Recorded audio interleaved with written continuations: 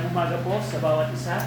Masaya po ako na nandito po ang bawat isa. Wala pong ibang lugar sa buong mundo na mahalaga kundi ang lugar po na tinakda ng Diyos, ang kanyang mga local churches.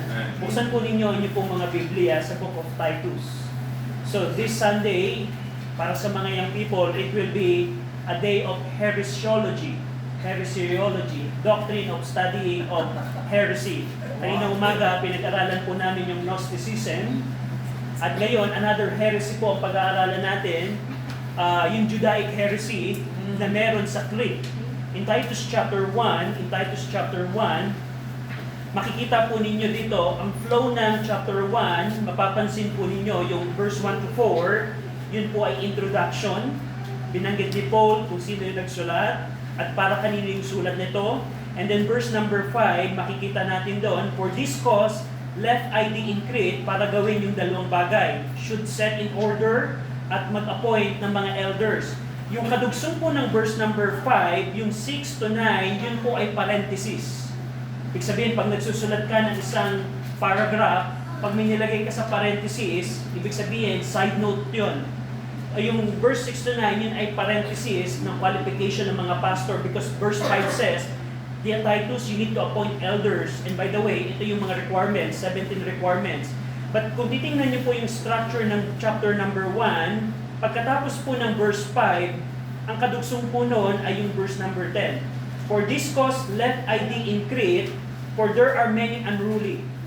Iniwan kita Titus sa Crete, umalis ako, iniwan ka, kadugsong po noon, verse number 10, for there are many unruly and vain talkers and deceivers and so on and so forth. So yun po yung structure ng chapter number 1. Makikita po ninyo na ang connection ng mga false teachers, yung latter part ng chapter 1, connected ito sa pagkakaiwan ni Paul kay Titus.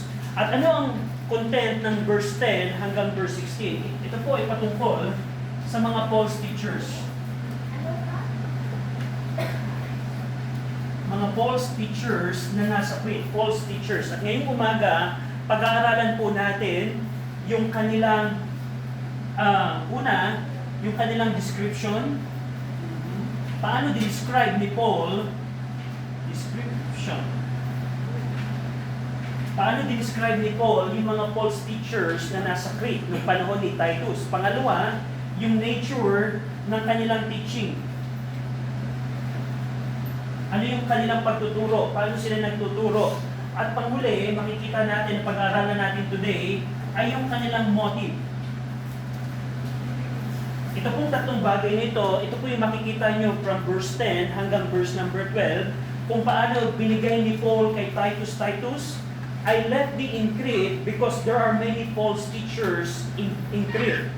And Titus, makikita natin sa verse 13, meron akong iuutos sa iyo in relation sa mga false teachers nito. Now, ngayon, paano natin ito dadalhin sa ating pong panahon? Of course, sa ating panahon, during the first century churches, there are two main heresies na lumalaganap sa Christianity.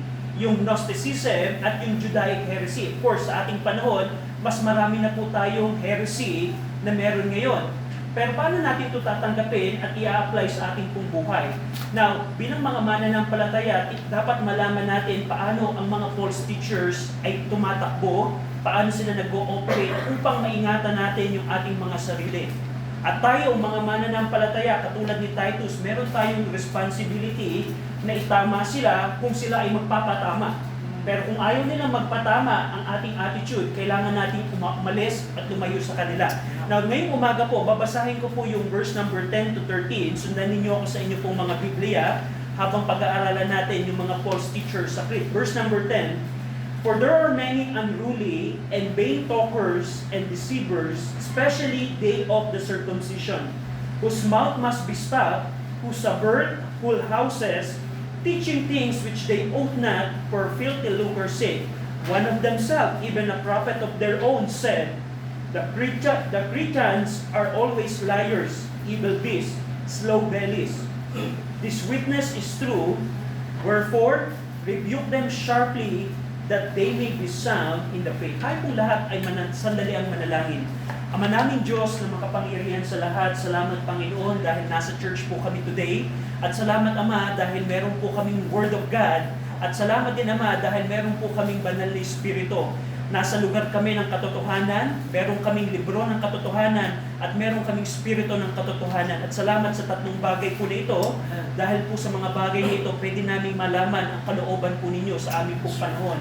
We pray na habang pag-aaralan namin ang mga false teachers na nasa Crete nung panahon po ni Titus, we pray na matutunan namin ang mga truths na ituturo niyo po sa amin upang mai-apply namin to sa aming buhay. I pray that the Holy Spirit work in us, help us to properly interpret ang mga passages of the Scripture so that we can find the truths and apply it in our lives. In Jesus' name we pray. Amen.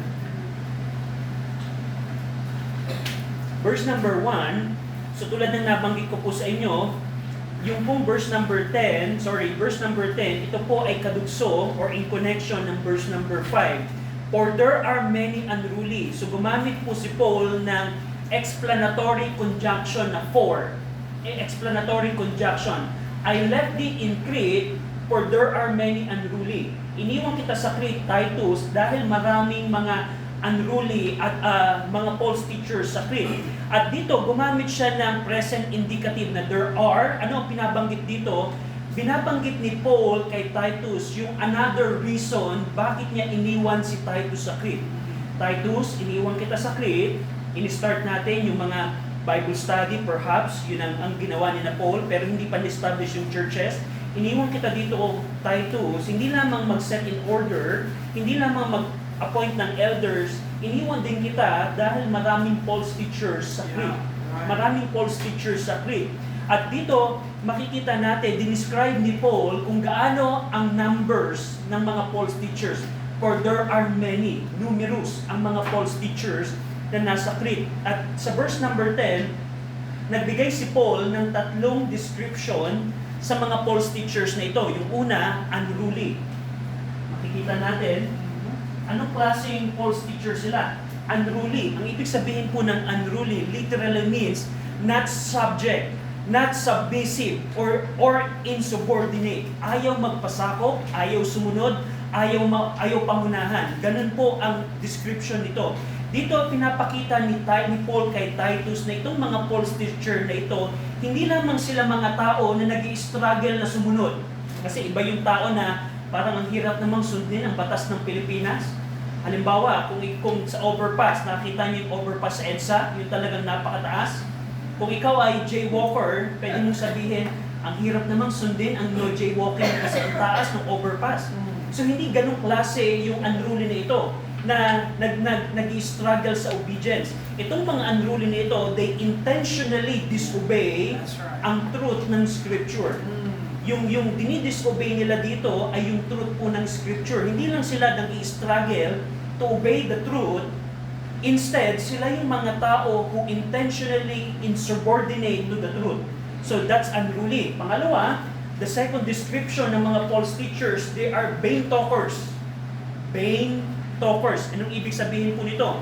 Yung mga vain talkers po, ibig sabihin po nito, they are speakers of empty, useless, and fruitless words. Yes. Sila ay mga nagsasalita ng mga walang kabuluhan, walang maibubungang mga salita. Ang kanilang mga pagsasalita ay makakarakterize mo na worthless, na hindi man lang nagpo-produce ng godliness. Ganong klase ang mga false teachers na ito. They are vain talkers. Dito sa unruly, parang halimbawa, merong truth yung Scripture. Halimbawa, pastor na bumagsak sa immorality. Instead na sundin ang prescription ng Bible na because you commit adultery, you are already disqualified.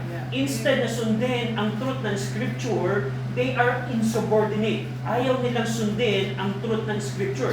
So that's why itong mga false teachers nito, kahit may false teaching, may prescription ng Scripture, they intentionally disobey o hindi sila magpapasakop intentionally sa Scripture.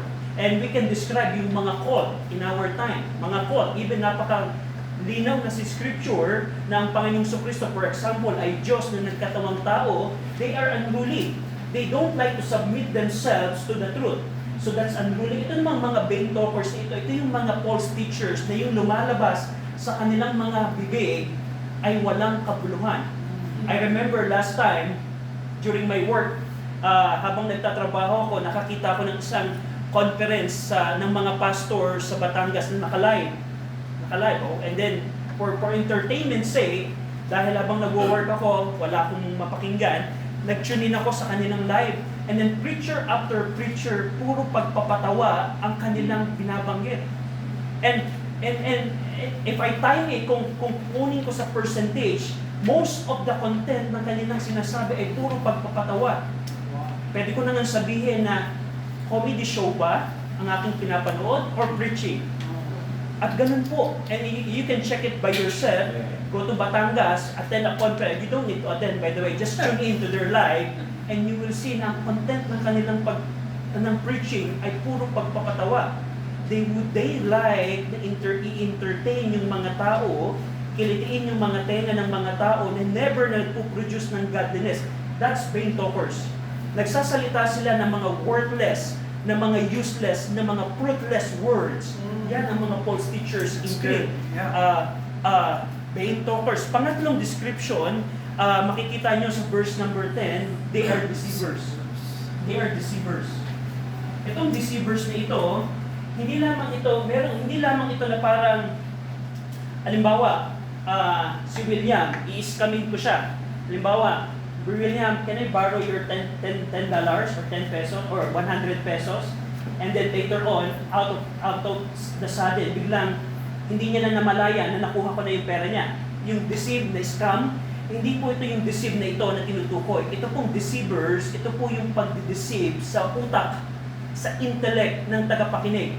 Ito pong Greek word na ito, you can check yung Greek word po ng deceivers na ito, ang ibig sabihin po nito ay deceivers of mind or seducer of intellect.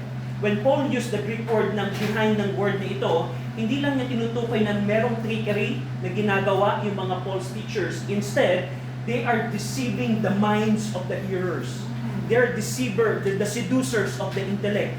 Hindi lamang dito dinidescribe yung trickster, hindi lang sila parang trickster na parang out of nowhere, parang nawala na yung $100 ko. Kausap ko lang yung taong ito, bigla na lamang nawalan ako ng pera. Hindi ganun po. Ito ay seducer of the intellect. They misled people's thinking through the deception. Binabago nila, dinadaya nila yung pag-iisip ng mga tao sa pamamagitan ng kanilang false teaching. Now, bilang application, halimbawa, kilala niyo ba si Kibuloy? Pag tinignan niyo, bakit libo-libong tao ang sumusunod kay Kibuloy? Yeah. Right. Paano nangyari na yung mga tao sa Davao ay manglilimos sa kalye para ibigay kay Kibuloy? Paano nangyari yun? Paano nangyari yung mga kababaihan ng miyembro ng kanyang kingdom ay mamasahihin siya at isasakripisyo yung kanyang katawan sa pleasure ni Kibuloy? Paano to? Because of the deceiver. Yeah. There's a false teacher, yung mga false teachers nito, kaya niyang i-deceive yung utak ng taong ito para sa kanyang sariling interest. Now, sa ating panahon, we have deceivers right now na kaya niyang, paano nangyari ganun? Bakit yung mga taong ito, I remember I watched a documentary in the States before, meron isang cult na yung mga members ng church na yon ay corporately nag-suicide. Yeah.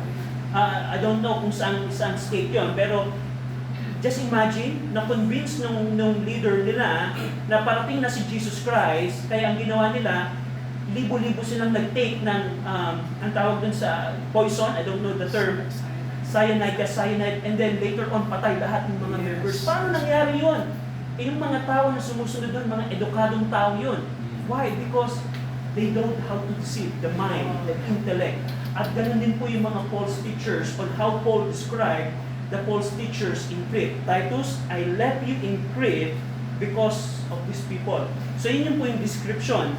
Sa huling bahagi ng verse number 10, makikita po ninyo dito kung paano sinabi ni Paul, especially day of the circumcision. Nagbigay dito ng subset.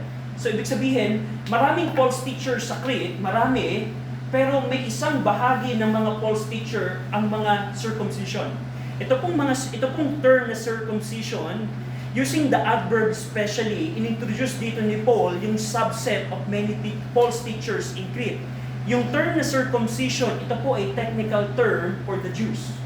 Alam natin, ang Gentiles, ang circumcision, we already know that, ang circumcision para po ito sa mga Jews. At dito, ang tinutukoy ni Paul dito, when he used the term circumcision, ito po ay nagpapatungkol sa mga false teachers na mga Hudyo na sinasabi nila, kailangan ma-circumcise ng Gentile. Kailangan sundin ng Gentile ang batas ni Moses para sa kanyang kaligtasan. At ito po ang klase po ng mga false teachers sa Crete. Of course, we know Gnosticism also existing during the time, pero specific po si Paul dito na merong subset, merong bahaging malaki na mga false teachers na ito ay ang mga Judaizer, mga Judaic heretic. Yun po ang makikita natin dito. Tingnan nyo for example in Acts 15. Acts 15. Sino itong mga false teachers na ito? Ito po ay nagsimula sa Jerusalem Baptist Church at sila po ay una sa Acts 15. Mapapansin po ninyo, nag-migrate sila sa Antioch in Syria at dala nila yung teaching na ito. Go over in Acts 15, verse number 1. Basahin natin ng sabay-sabay. Acts 15, verse number 1. Ready? Read.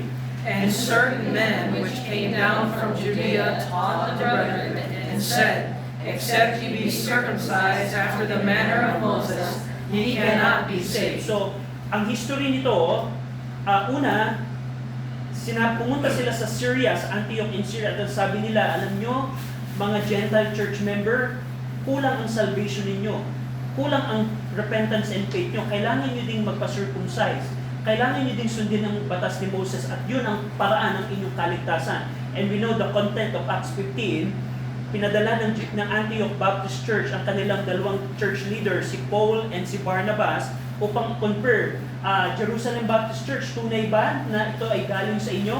Kasi kung tunay na galing sa Jerusalem Baptist Church, itong mga tao ito magse-separate ang Antioch Baptist Church. Yun ang purpose ng Antioch Baptist Church during that time. Pero na-confirm later on na makikita natin na ito pala ay hindi pinadala ng mga apostles. So, in Acts 15, go over in Galatians chapter 1,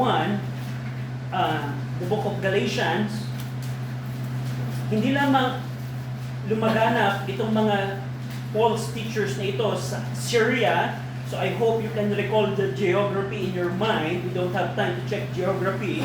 Pero nakita natin na sa Syria, may influence itong mga false teacher nito in Syria. But go over in Galatians chapter 3, verse number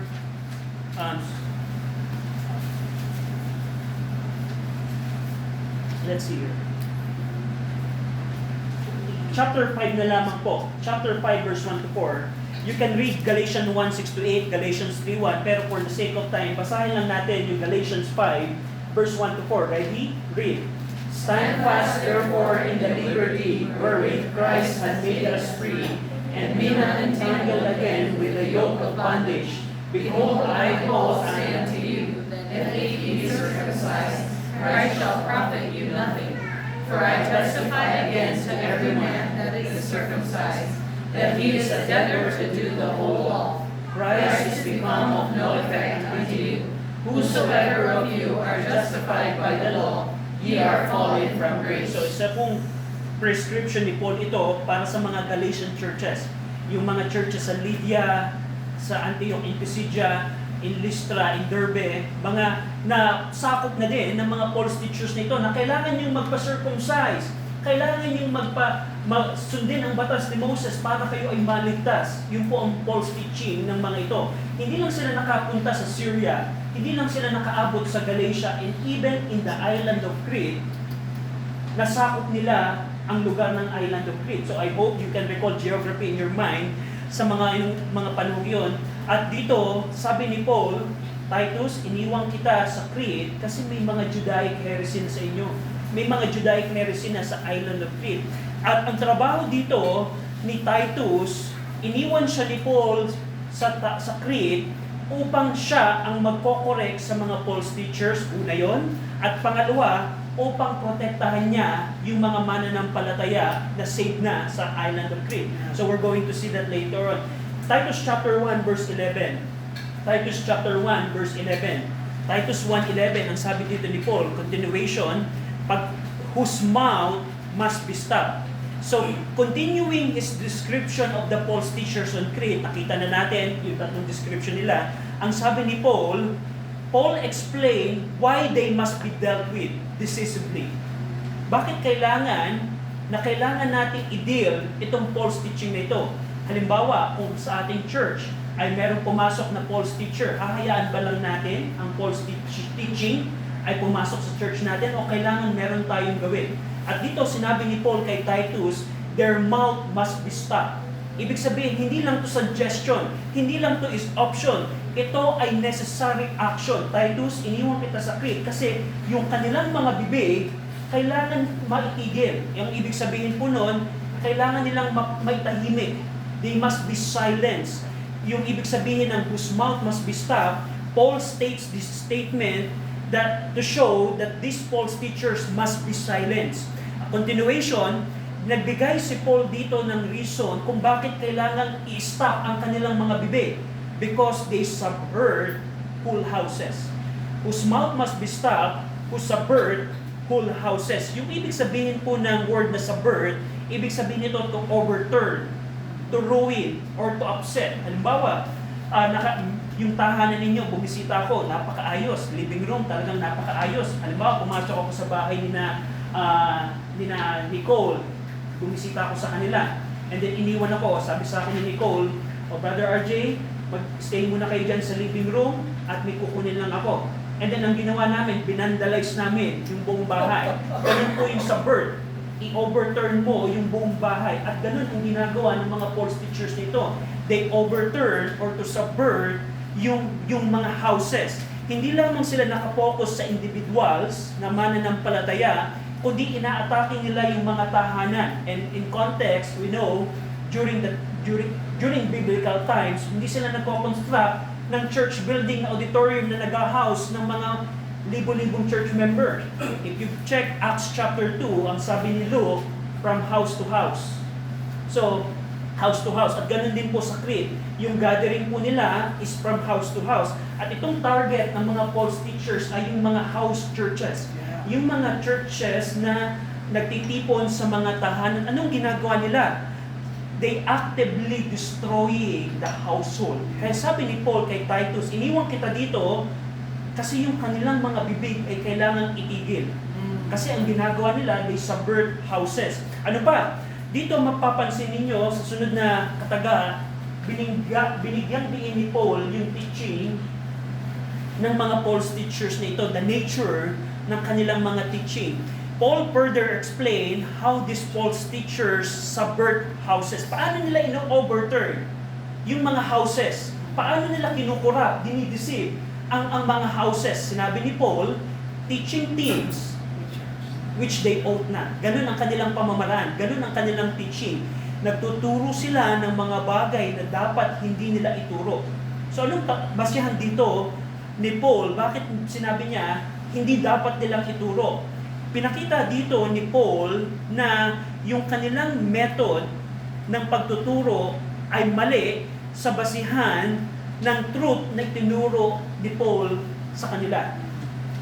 May mga truth na tinuro si Paul and si Titus sa mga tao sa Crete, pero itong mga false teachers, yung teaching nila contradicting sa apostolic truth na itinuro ng mga apostles. So, binabanggit dito na yung word na things that are not, things which they ought not, ang ibig sabihin nun, things that are not proper, things that are not authorized, or things God does not permit.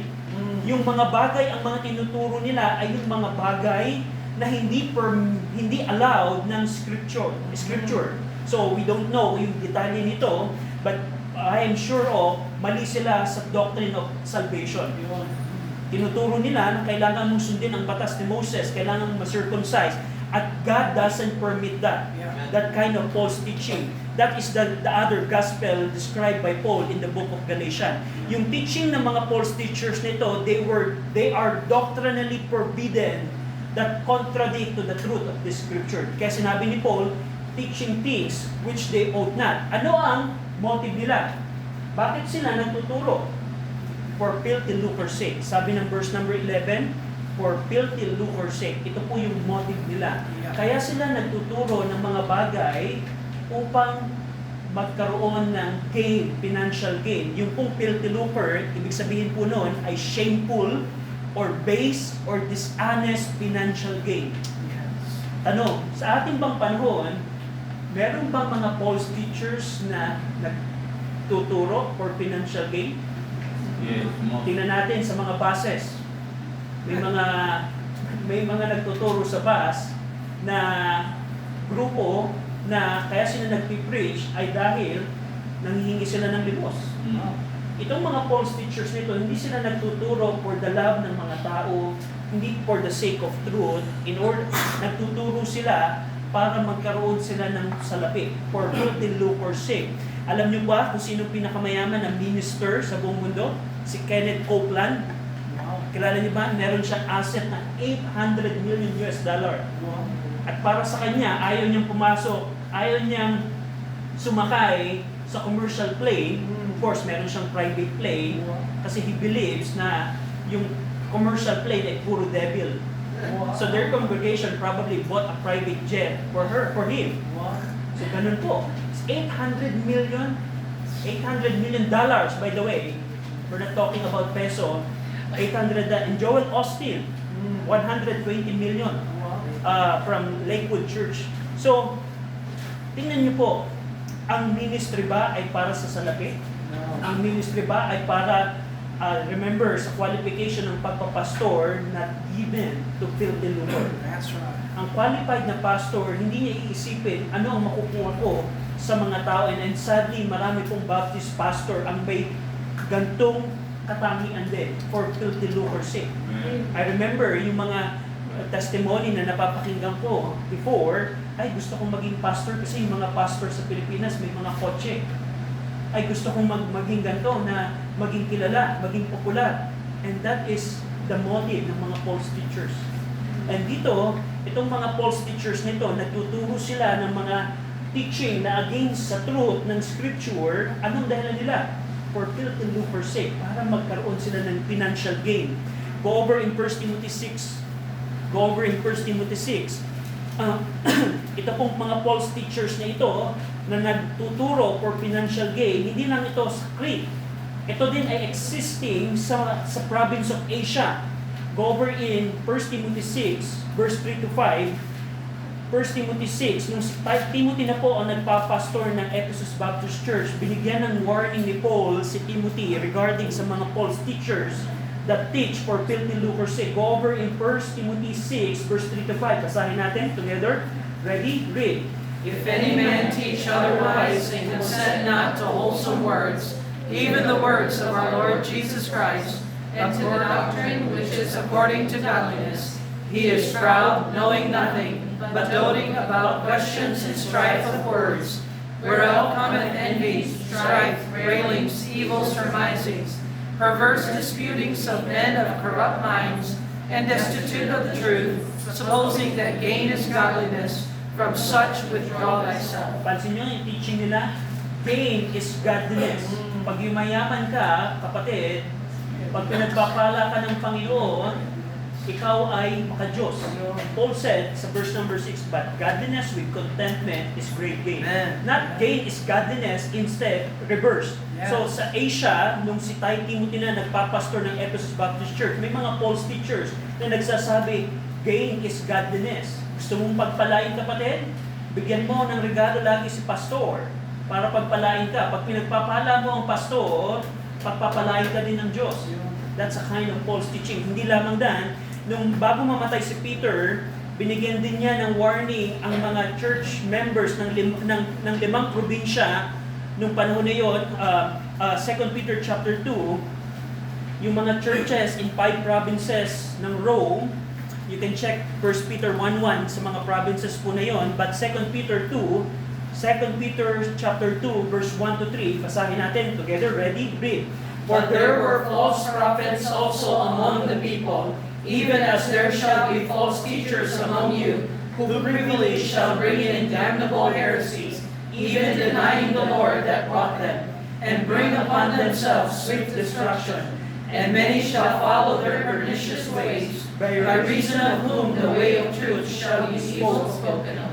And through covetousness shall they with vain words make merchandise of you, whose judgment now of a long time lingereth not, and their damnation slumbereth not. So bago mamatay si Peter, binigyan niya ng warning yung mga churches sa 5 provinces. Ang sabi niya, may mga false teachers sa na through covetousness shall they with vain word, with vain talkers, make merchandise of you. Pagkakakitaan kayo.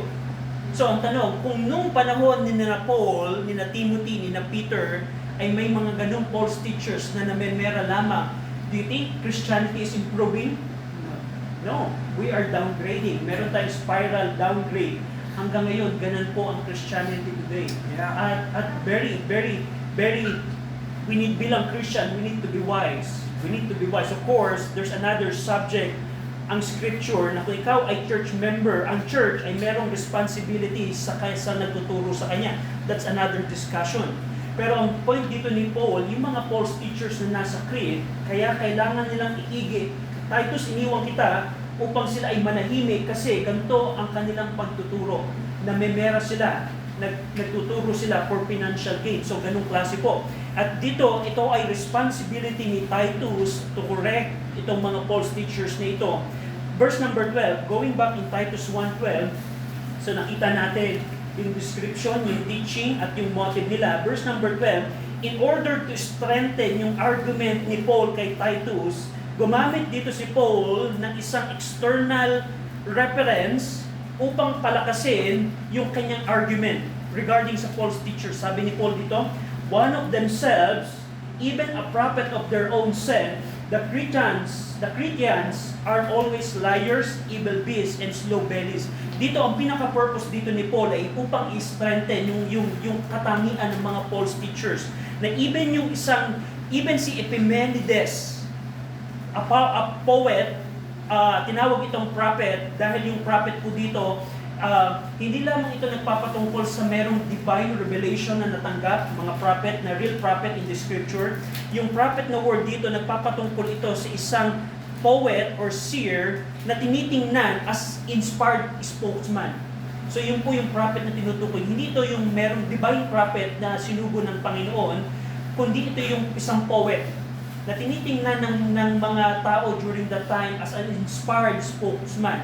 At yung tinutukoy dito ni Paul na nagsabi that the Cretans are always liars, evil beasts, and slow bellies, yung po si Epimenides na nabuhay 600 taon bago si Pablo ay mabuhay. Dito, ginamit niya yung kanyang quotation, a prophet of their own, galing to sa Crete, at ang sabi ng poet na ito, ang mga Cretans are always liars. Anong ibig sabihin nito? Ang mga Cretans are always liar.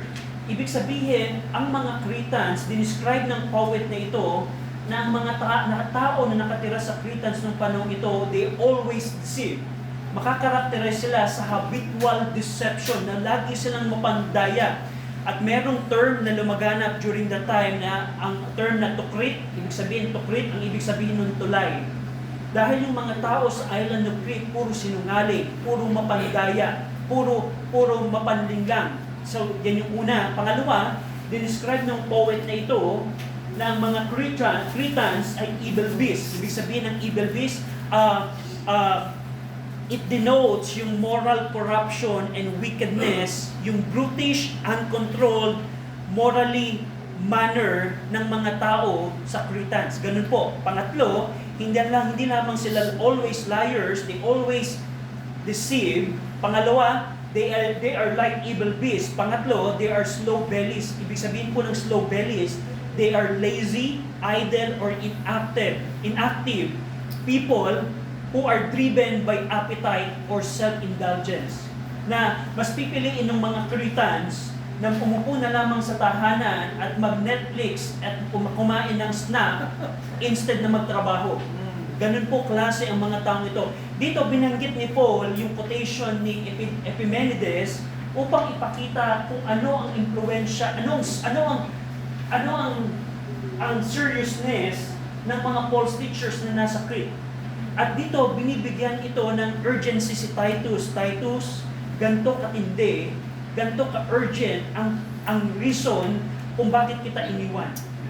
Na Titus, iniwan kita sa Crete, hindi lamang para mag-Netflix and chill, hindi lamang para mag-enjoy ng island ng Crete, iniwan kita dito sa Crete para dahil sa katindihan ng immorality, sa katindihan ng kasinungalingan ng nasa Crete, sa katindihan ng kasalanan ng bayan ng Crete. Ang tanong, ang Pilipinas kaya ay better than Crete?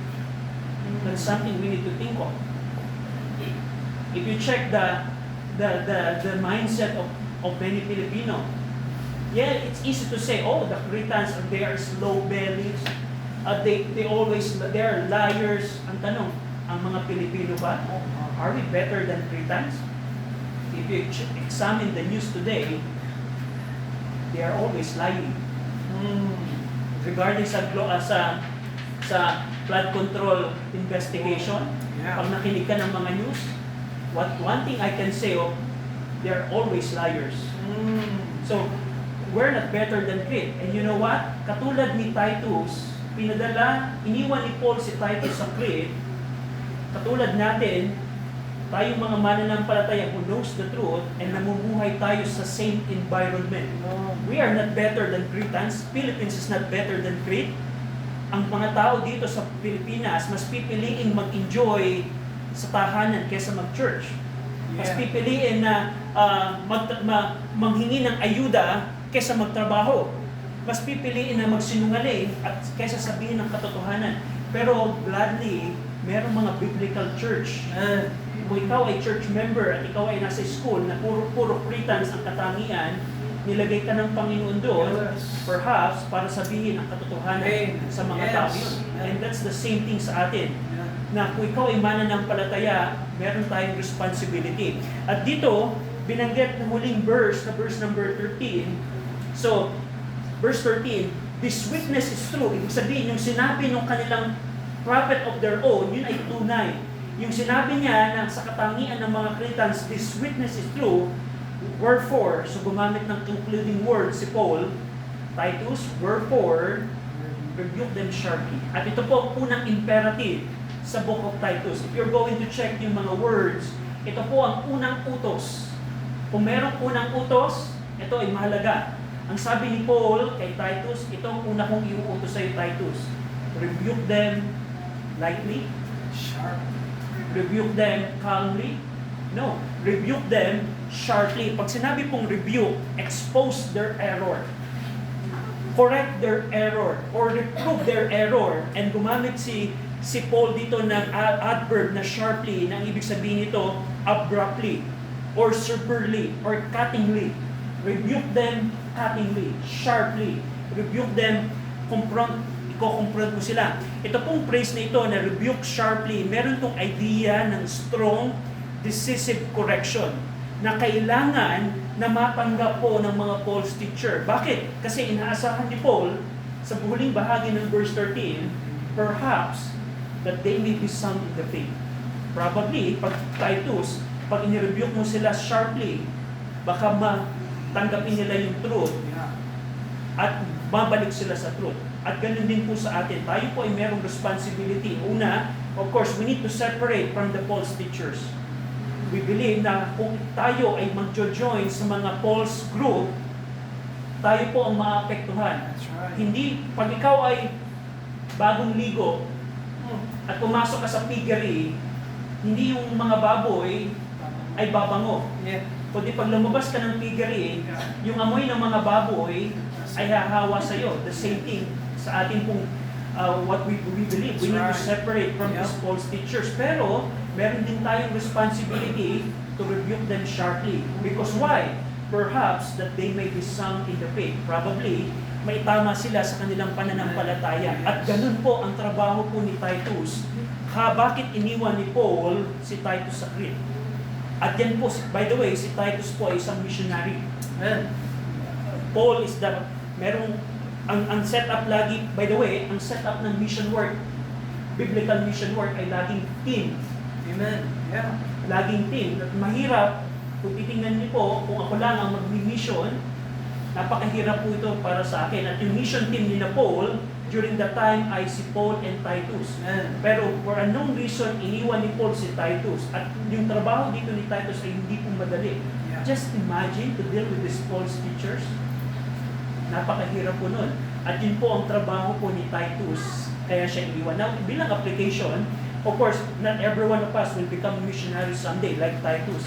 Pero alam mo, bilang mga mananampalataya, dinilagay ka ng Panginoon sa isang komunidad na parang Cretans.